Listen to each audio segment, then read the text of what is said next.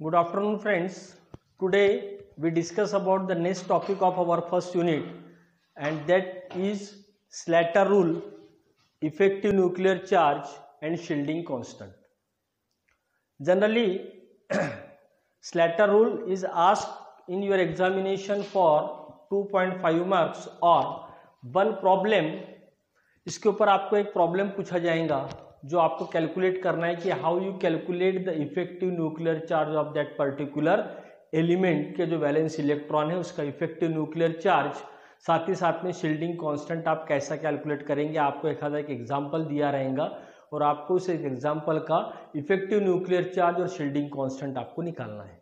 तो सबसे पहले हमें पता होना चाहिए कि what is mean by shielding constant, what is mean by effective nuclear charge and then what is the Slater rule. हम लोगों ने जब इस यूनिट के सेकंड पार्ट को स्टार्ट किया था तब हम लोगों ने एक चीज के बारे में बात की थी, वो थी स्क्रीनिंग इफेक्ट। हम लोगों ने स्क्रीनिंग इफेक्ट के बारे में बताया हुआ था कि स्क्रीनिंग इफेक्ट क्यों होता है कि न्यूक्लियस और आउटर मोस्ट सेल के बीच का जो अट्रैक्शन रहता है उस अट्रैक्शन को उस एटम के अंदर में इनर शेल में जो इलेक्ट्रॉन्स प्रेजेंट रहते हैं वो रिपल्शन अगर एग्जिट करते हैं उस समय पे जो इफेक्ट ऑब्जर्व होता है उस इफेक्ट को हम लोग बोलते हैं screening effect. Means decrease in the attraction between nucleus and outermost shell electron due to the presence of inner shell electron, that effect is known as the screening effect. माने जो valence shell electron है उस valence shell electron के ऊपर inner shell के electron क्या exert कर रहे हैं, repulsion. How much extent inner shell electron exert the repulsion over the valence electron, that is calculated by the shielding constant. Means valence shell electron को how much extent, कितना percent inner shell electron ने screen किया हुआ है, माने repel किया हुआ है, उसका अट्रैक्शन डिक्रीज किया हुआ है, that is calculated by the shielding constant. This shielding constant is denoted by the letter S. माने यहां पे कौन सा टॉपिक ज्यादा काम कर रहा है, स्क्रीनिंग इफेक्ट। आपको स्क्रीनिंग इफेक्ट पता चल गया। स्क्रीनिंग इफेक्ट बोले तो क्या है कि decrease in the attraction between nucleus and valence shell electron due to the presence of inner shell electron, that effect is known as the screening effect. As the screening effect is increases, the screening of inner shell electron to the valence shell electron is increases, and the extent of screening or extent of screening effect of inner shell electron to the valence shell electron is calculated by the shielding constant, that is denoted by S. First point, effective nuclear charge. What is meant by the effective nuclear charge? Effective nuclear charge is the nuclear charge that is experienced by the electron in any cell of the atom, that is known as the effective nuclear charge. क्या बोल रहे हैं हम लोग, nuclear charge that is experienced by the electron in any shell, that is known as the effective nuclear charge. This effective nuclear charge is denoted by Z star. किससे हम represent कर रहे हैं उसको, Z star. And this effective nuclear charge is calculated by the formula Z star equals to Z minus S, where Z is the atomic number of that atom and S is the shielding constant, or that is known as the screening constant.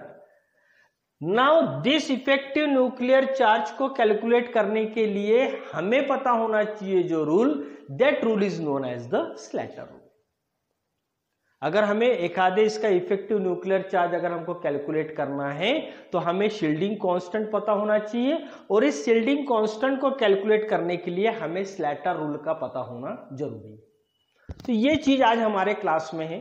थोड़ा सा लेंदी topic है, थोड़ा समझने को आपको समय लगेगा। पहले हम लोग थ्योरेटिकल टॉपिक ले रहे हैं, साथ ही साथ में जब हम उसको एग्जाम्पल के जरिए एक्सप्लेन करना चाहेंगे तब हमें अच्छी तरह से पता लगेगा कि हम किस तरह से एक आधा इफेक्टिव न्यूक्लियर चार्ज या शील्डिंग कांस्टेंट को कैलकुलेट करते हैं। फिर मैं आपको एक बार आराम से एक्सप्लेन कर रहा हूं कि आपको इफेक्टिव न्यूक्लियर चार्ज अगर कैलकुलेट करना है तो आपको पता होना चाहिए शील्डिंग कांस्टेंट, और शील्डिंग कांस्टेंट को कैलकुलेट करने के लिए आपको पता होना चाहिए स्लैटर रूल। अभी हम स्लैटर रूल पे नहीं गए, हम लोग क्या बोल रहे हैं कि इफेक्टिव न्यूक्लियर चार्ज क्या है। इफेक्टिव न्यूक्लियर चार्ज वो न्यूक्लियर चार्ज है जिसको इलेक्ट्रॉन एक्सपीरियंस करता है जो कोई भी शेल में प्रेजेंट रहता है उस एटम के, that is known as the effective nuclear charge. Shielding constant क्या है? शील्डिंग कांस्टेंट बोले तो हम लोगों ने जो पढ़ा हुआ है कि इनर शेल इलेक्ट्रॉन ये वैलेंस शेल इलेक्ट्रॉन के ऊपर अपना रिपल्शन एग्जर्ट करते हैं, वो रिपल्शन वो कितना एक्सटेंट तक रिपेल करते हैं, how much extent they screening the valence shell electron, उसको हम कैलकुलेट करते हैं शील्डिंग कांस्टेंट के जरिए।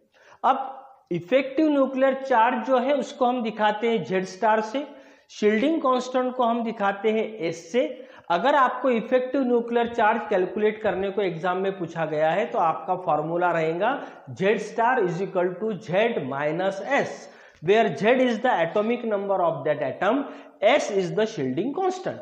अब मान लीजिए अगर मैं नाइट्रोजन की अगर बात करता हूं तो मुझे मालूम है कि अगर effective nuclear charge in nitrogen अगर आपको कैलकुलेट करना है तो आपका फॉर्मूला रहेगा Z star is equal to Z minus S.